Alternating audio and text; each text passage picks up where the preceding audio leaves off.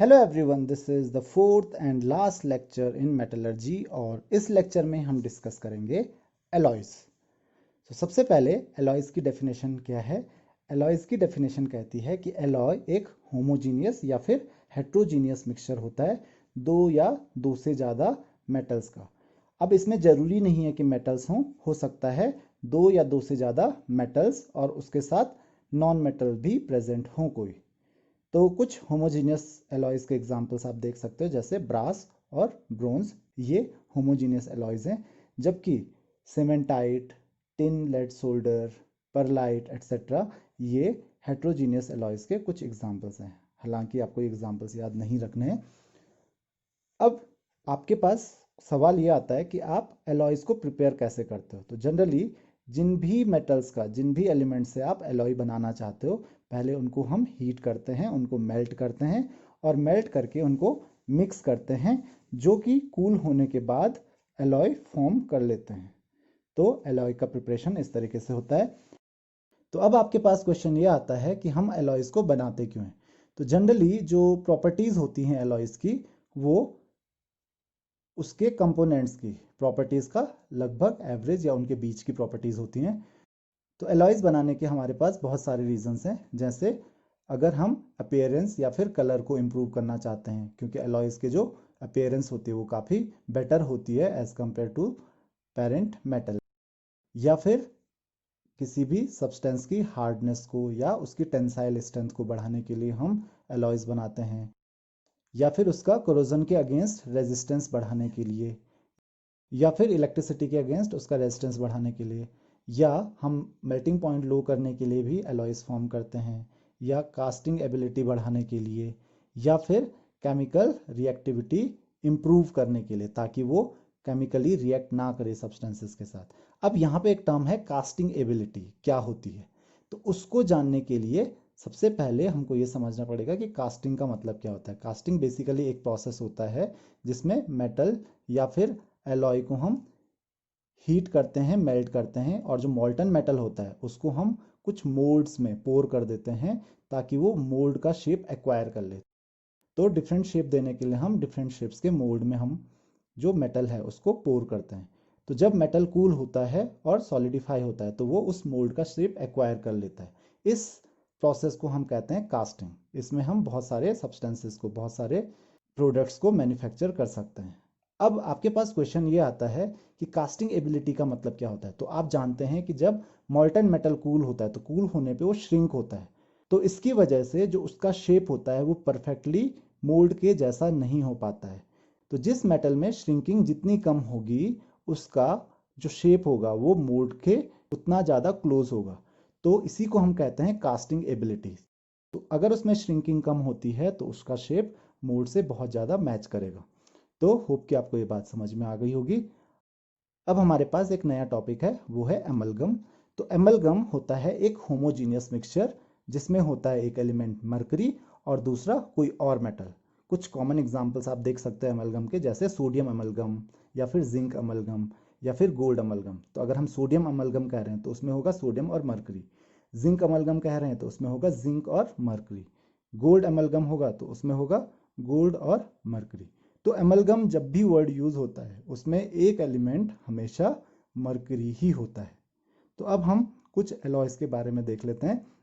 सबसे पहले हम देखेंगे कुछ एल्यूमिनियम के एलॉयज।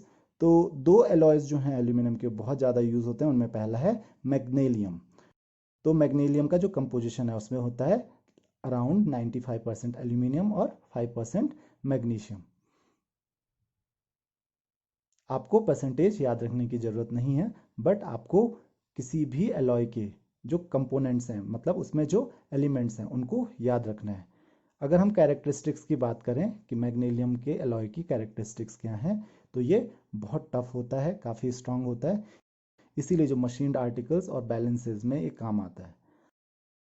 अगला है आपके पास ड्यूरेलुमिन। ये है एल्यूमिनियम, मैग्नीशियम, मैंगनीज और कॉपर का एलॉय।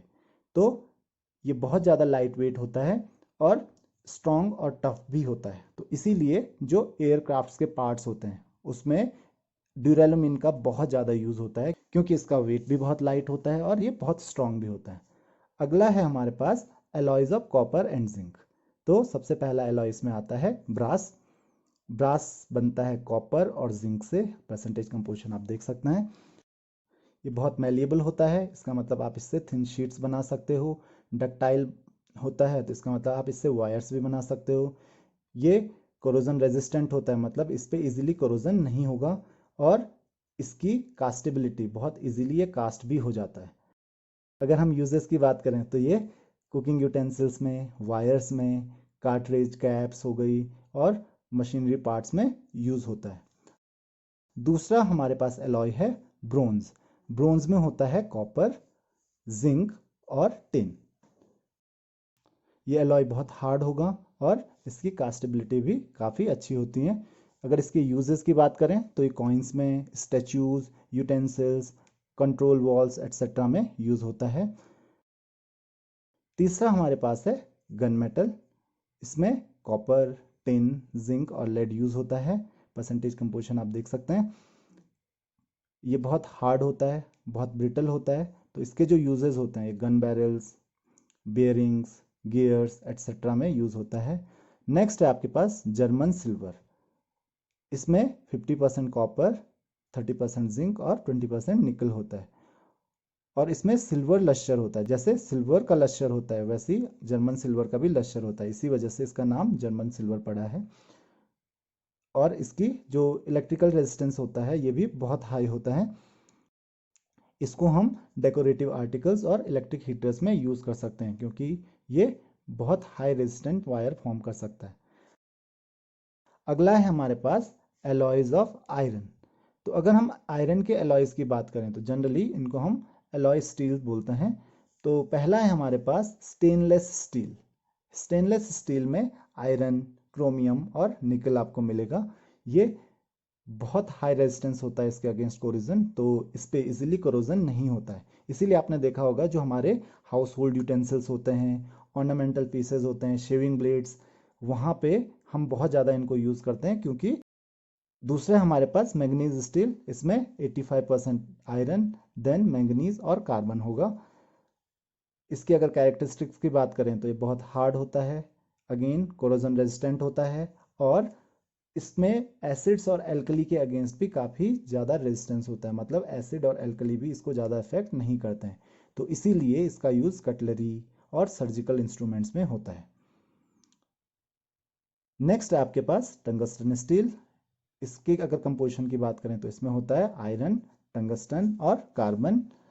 कैरेक्टरिस्टिक्स की बात करें तो ये बहुत हार्ड होता है और इसी वजह से इनको यूज़ किया जाता है कटिंग टूल्स में।